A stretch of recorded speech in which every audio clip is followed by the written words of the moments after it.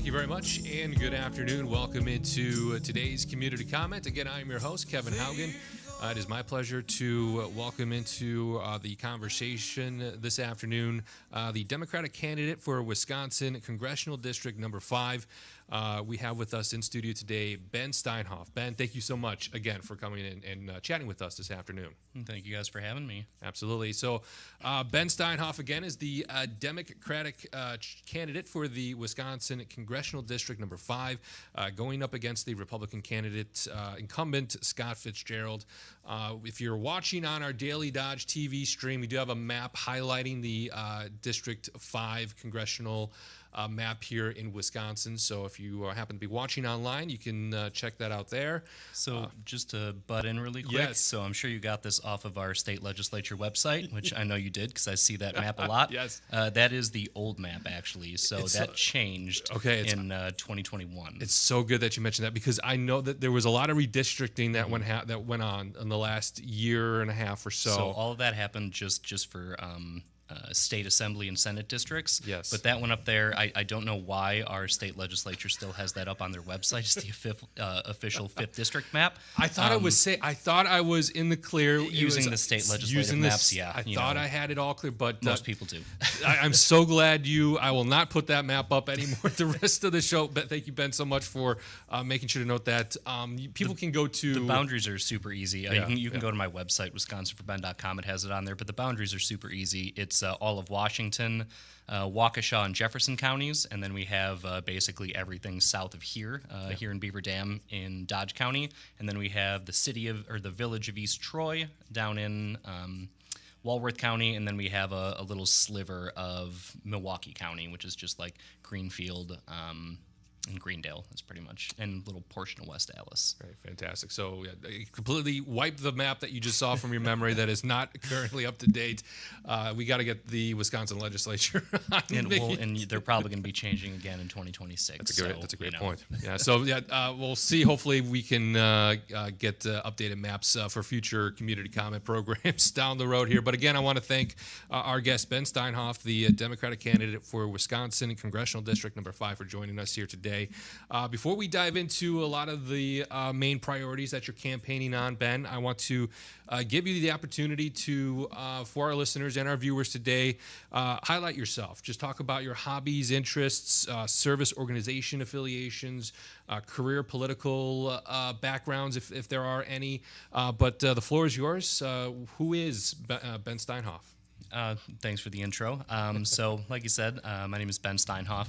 I'm a career paramedic, been a firefighter for a number of years. I've been a first responder since like 2012, I think, is when I got my first EMT license, and just kind of wanted to keep progressing from there. I've worked in ERs, ORs, med flight, basically every part of the hospital system, in pre-hospital especially. So that's kind of been my passion for a long time. And as you and I were talking earlier before we got on air, when I first got to college, they said, what do you want to do? And I just said, I just want to help people. And they put me in a bunch of social work courses. And after a semester of that, I went, I'm not strong enough to do that. I was like, I want to switch fields. And so that's when I got into emergency medicine, which I've loved since then. But in terms of political aspirations, I never had any. But I kind of looked around at everything that was going on, especially after 2020, and just realized that both sides really aren't sending the best people with their community's, best interests to Congress or, most levels of government. And I just really wanted to have, somebody that really cares about their community, that knows what it is to volunteer for their community. Because during 2020 and COVID, my wife and I were living in the city of Lake Mills, and I was still working as a firefighter medic in the city of Monona. I was working in the ER at UW and at MedFlight. So in all the free time that I had, I decided that I wanted to volunteer for Lake Mills EMS, because they were just so desperate for EMTs, and it's such a rural community, and COVID was obviously, sweeping through everywhere in Wisconsin at that point. So I was carrying the pager, for like $1.27 an hour, something like that, and I didn't do it for the money. Obviously, didn't do it for the fame. I did it because I know that they, like my community needed help. So that's when I first jumped in and kind of realized that I think we need more people like that in politics that actually want to be there, not for like the fame, the notoriety, the money, the stocks that they seem to always be so good at trading. But I wanted to run for Congress to actually help people and people on both sides, because during COVID, we all got into our silos so far on the left and so far on the right, and there's a lot of people saying that politics isn't working anymore, and I'd have to agree with them. It's not, but we need better people in politics. For the last year plus and that I've been on the campaign trail, what I've been saying is that we don't need any more politicians in Washington. We have enough of those. We need leaders, because politicians got us into this mess, and the only way that we're going to get out of it is with true leadership. But in terms of like hobbies and things like that, I've always really enjoyed woodworking and different things like that, and just kind of being a handyman. My wife and I got our home. We bought our first house back in 2022, and it was all original, light blue carpet, roll-on linoleum, just not really what we wanted to see. So I ended up, when I switched jobs, going over to Children's Hospital, Wisconsin, I took a week off of work, and my wife and I tore out all the carpets.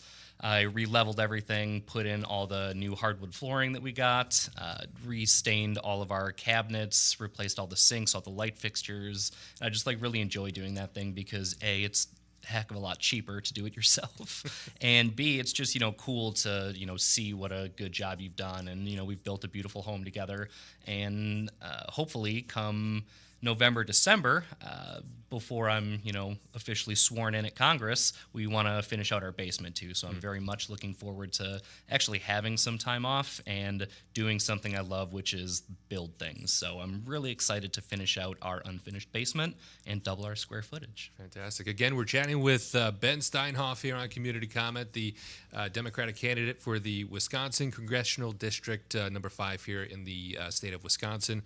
You mentioned your career as a first responder, so healthcare, the first responder field in and of itself, I'm sure is a very huge and important priority for you, and we'll get into more of that and kind of your hopes to change some of those the issues that have been plaguing those fields here the last couple of years in a moment. But I want to start off on education. I know that that's another area that has desperately needed funding over the last couple of years. You mentioned that it's every child's right to a high quality education. That should be something that's a focus of everyone. What, if elected, Ben, is your plan or goals to address education here in Wisconsin? Yeah, so one of the biggest issues that we're facing for most of the issues that we all have on the forefront of our mind is it usually comes down to funding is usually the biggest hurdle that we have on these things. So refunding schools and different things like that. And I know that we're going to get to it at some point, but I can already hear people, yelling in the background, I don't want you to raise my taxes. And I get it. I totally get that. So I'm just going to kind of skip all the way to the end of what we were going to talk about. Whenever I talk about policy with people, we can go through every single issue that I have, and they all go, wow, that all sounds great. Where are you going to get the money for it? So one of the biggest things that I want to do in Congress, and one of the first things that I think that we need to do, is legalize marijuana.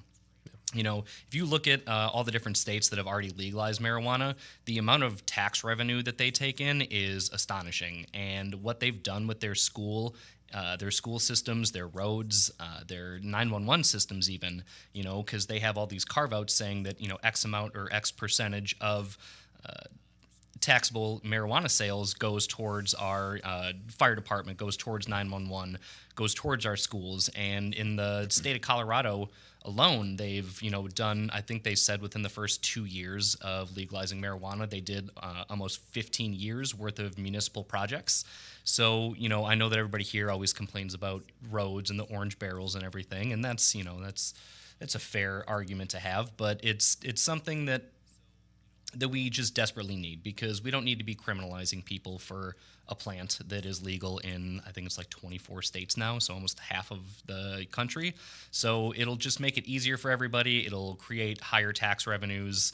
and we can actually take that funding and put it back towards schools, so we can actually get these kids that education they need. Because some of these kids are still working on Windows 98 when they go to computer class, and what's that going to teach them? It's not going to teach them anything. Right. So one of the other big issues in terms of education is something that I've experienced personally.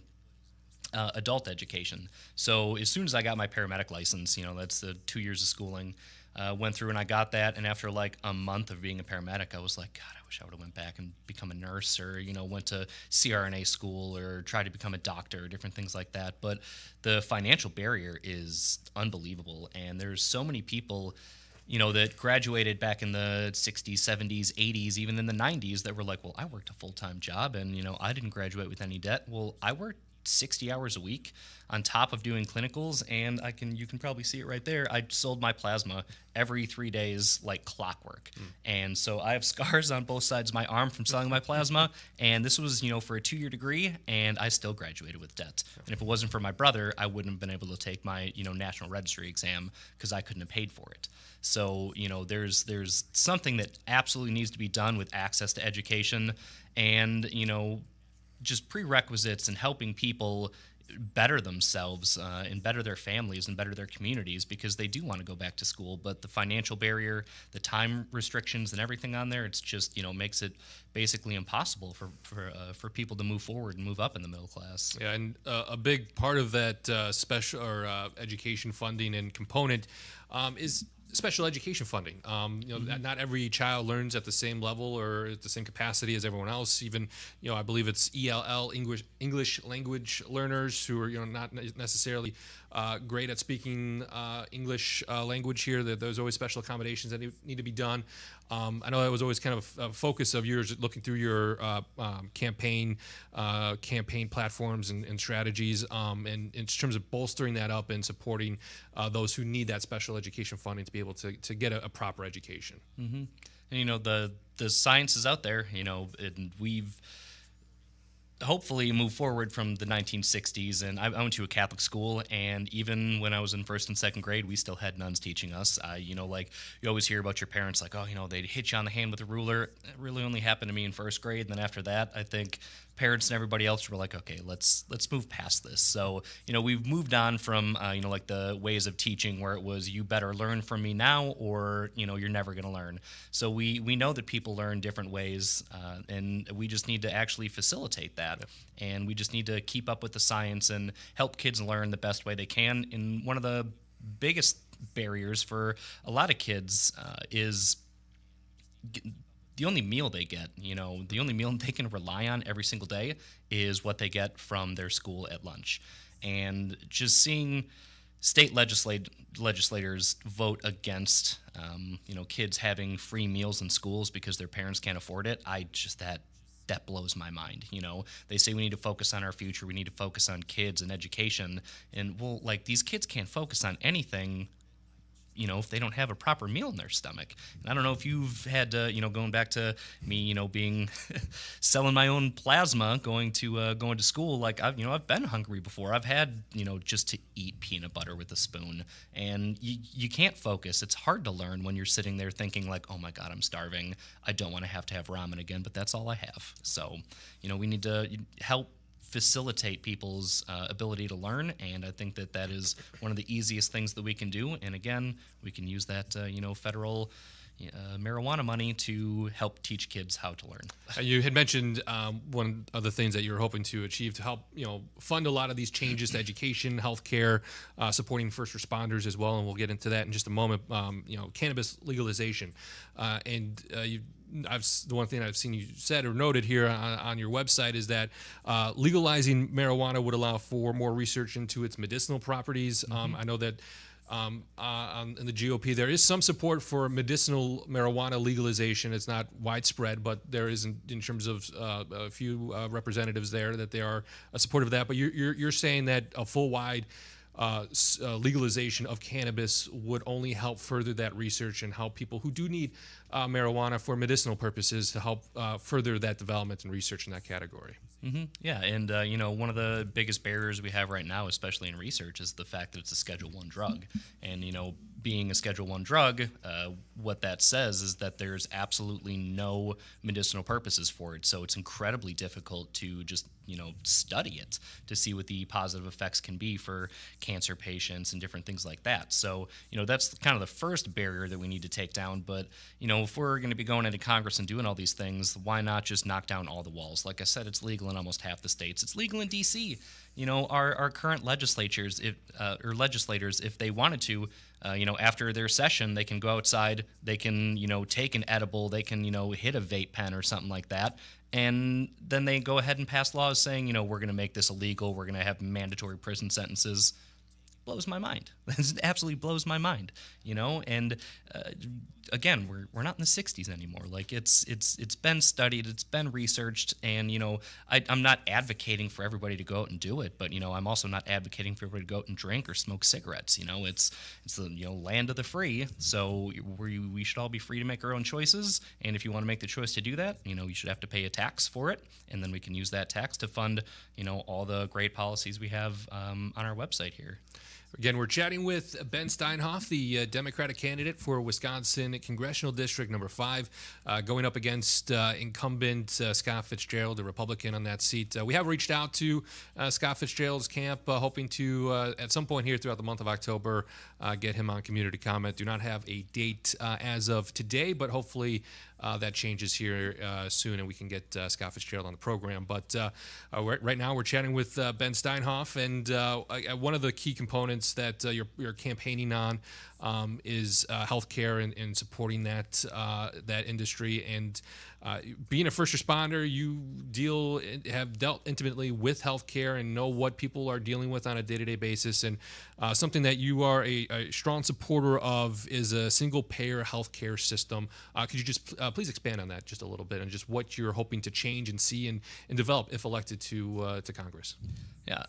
So out of the 33 richest nations in the world, we're the only one that doesn't offer healthcare to our citizens. Whenever I'm talking about this to people out in the community, one of the first things they always bring up is, I don't want you to raise my taxes. And I always try and kind of, level it this way with them. So if, let's say I raise your taxes 1.5% to help, pay for Medicare for all, let's just simplify it, Medicare for all. I raise your taxes 1.5%, and you go, I don't want to pay all that extra money. And I say, okay, well, what about this? Then you wouldn't have to pay a private insurance company. So right now, I'm paying just under like $4,200 a month into my insurance plan as a single person. I'm married, but my wife and I are on separate plans because it's cheaper that way for us, which I still think is crazy. But moving past that, so I'm paying, like I said, just under $4,200 a month. And last summer, I ended up hurting my wrist playing softball, and I go in to get to see the doctor, to pay $175 just to see the doctor, and then he said, okay, you have to go get an x-ray to make sure nothing's broken. And I was like, I don't think anything's broken, but you have to go get the x-ray. It's another $360. What am I paying, this $4,200 a month for if I still have to pay all this money, and then I still have to pay, $5,500 out of pocket before they even roll out of bed to say, okay, we'll cover 80%, 75%. It's just, I think a lot of people on the left and the right can both, relate to that, saying, what am I paying all this insurance money for if they're not going to do anything for me? And, thankfully they can't kick you off the plan for pre-existing conditions or anything because of the ACA, but it's just our healthcare system is broken. I've worked inside of our healthcare system. I've seen how expensive all these things are. I've seen heartbreaking stories. One of the first things I had to deal with as a paramedic, this was a couple months after I got my license, we got called out to a suspected assault. And we show up to the address, and we're in a parking lot, and it was a 20-something-year-old, very obviously pregnant woman, and she's, bleeding from her head. She has cuts and scrapes all over her, and so we get her in the back of the ambulance, and, we're working her up and everything, and all she kept asking is, is my baby okay? Is my baby okay? And I was like, well, all I can do is listen for a heartbeat. Other than that, I was like, I can't, do anything else for you. So we get her all bandaged up, her vital signs, check out. Her heart rate's pretty high because obviously she just went through a pretty traumatic instance. But we said, hey, like, I can hear a heartbeat, but I can't check anything else out. You need like imaging, or you need like an OB to check you out. And she looked at us and she goes, I'll never forget this. She goes, I can barely afford this baby, and I can't afford a ride to the hospital. And I was like, okay, well, do you have anybody that can take you? And she goes, no, because she's basically on her own at this point.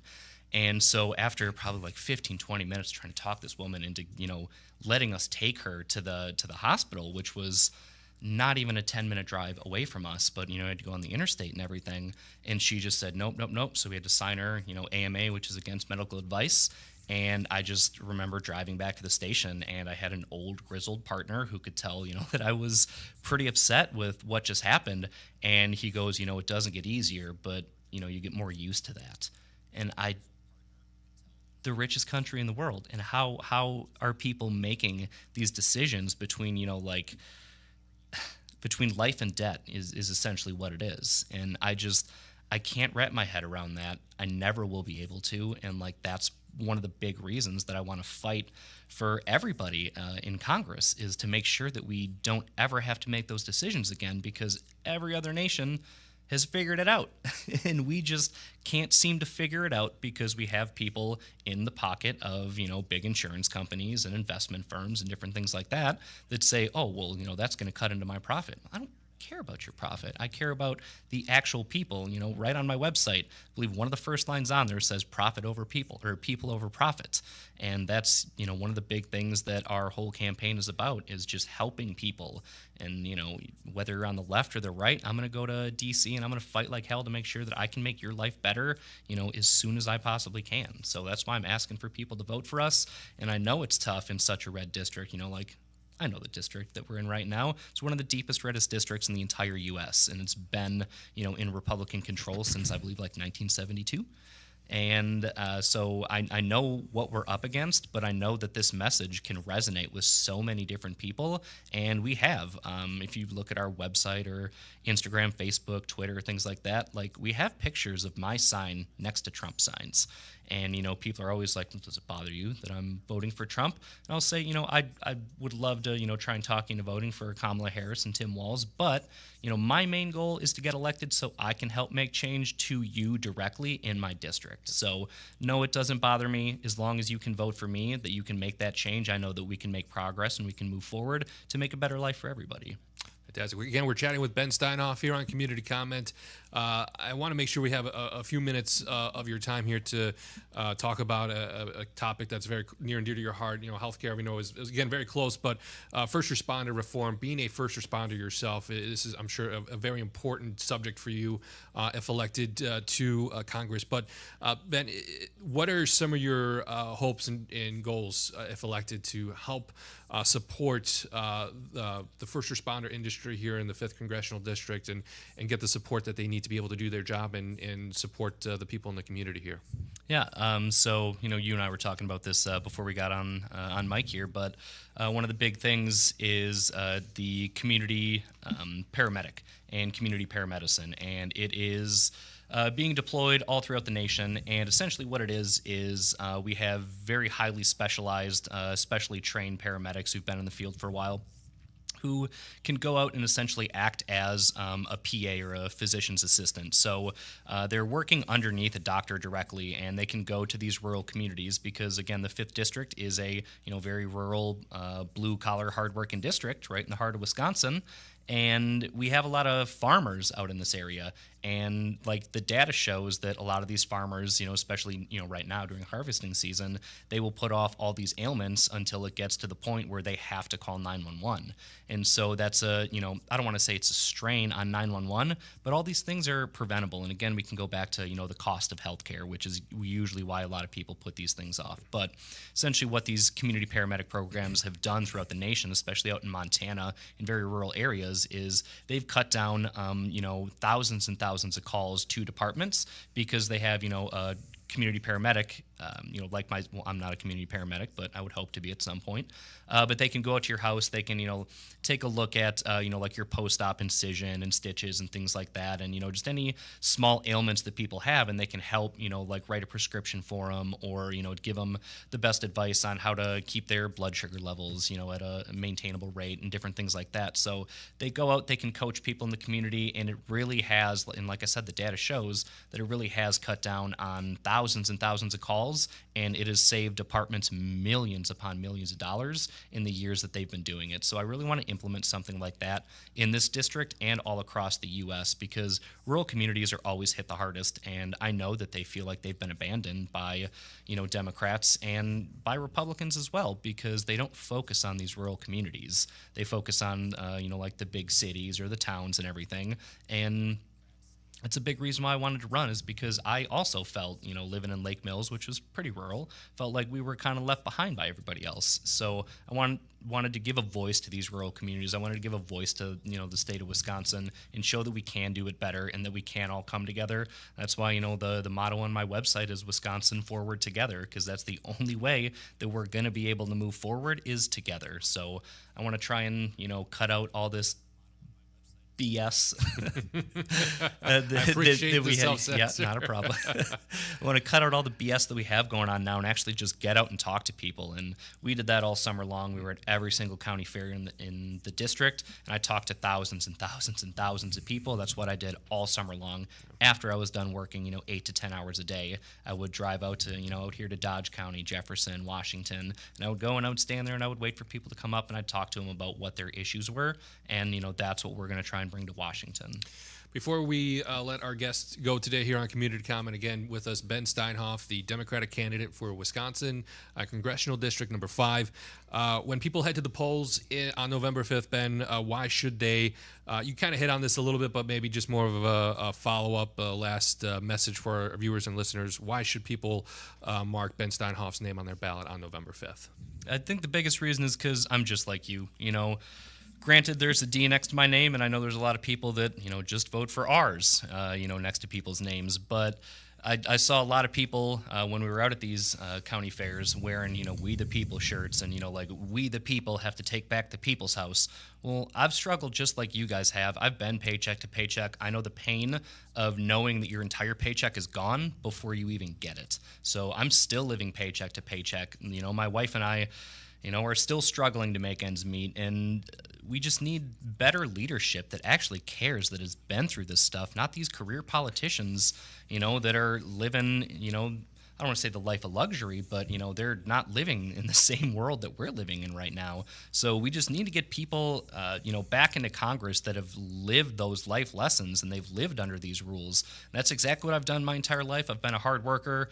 Like I said, I help refurbish, all this different stuff in my house. I change mine and my wife's oil all the time. I've had to, we've been really busy lately. So the last 2 months I've had to go to, like Jiffy Lube or something, which just eats me up inside, having somebody else work on my 2 cars. But, like, I've always done things myself, and I think that's a big reason why, we decided to run for Congress, was because if nobody else was going to do it, then, well, I guess, I got to roll up my sleeves and I got to do it myself. So I hope that you guys can, listen to my message, go to my website, wisconsinforben.com. Most Republicans that we talk to, walk away going, I agree with most of the stuff he talks about. We're not going to agree on everything, but I think about 90% of our issues, we're all going to be right on the same page with one another. So let's get people into Washington that can actually agree with one another and move things forward. Again, that's wisconsinforben.com. If people out there listening or watching want to learn more about our guest again today on Community Comment, Ben Steinhoff, the Democratic candidate for Wisconsin, Congressional District number 5 here in the state of Wisconsin. Again, as a note, we've reached out to the Republican candidate, Scott Fitzgerald, to join us here on Community Comment. Have not had a date yet scheduled. Hoping to get something figured out here in the next month, and we'll be sure to keep our viewers and listeners updated when we have something on the calendar. But again, I want to thank Ben Steinhoff for joining us here on Community Comment today. Ben, again, thank you so much for coming in. Thank you guys for having me. And that will do it for today's Community Comment.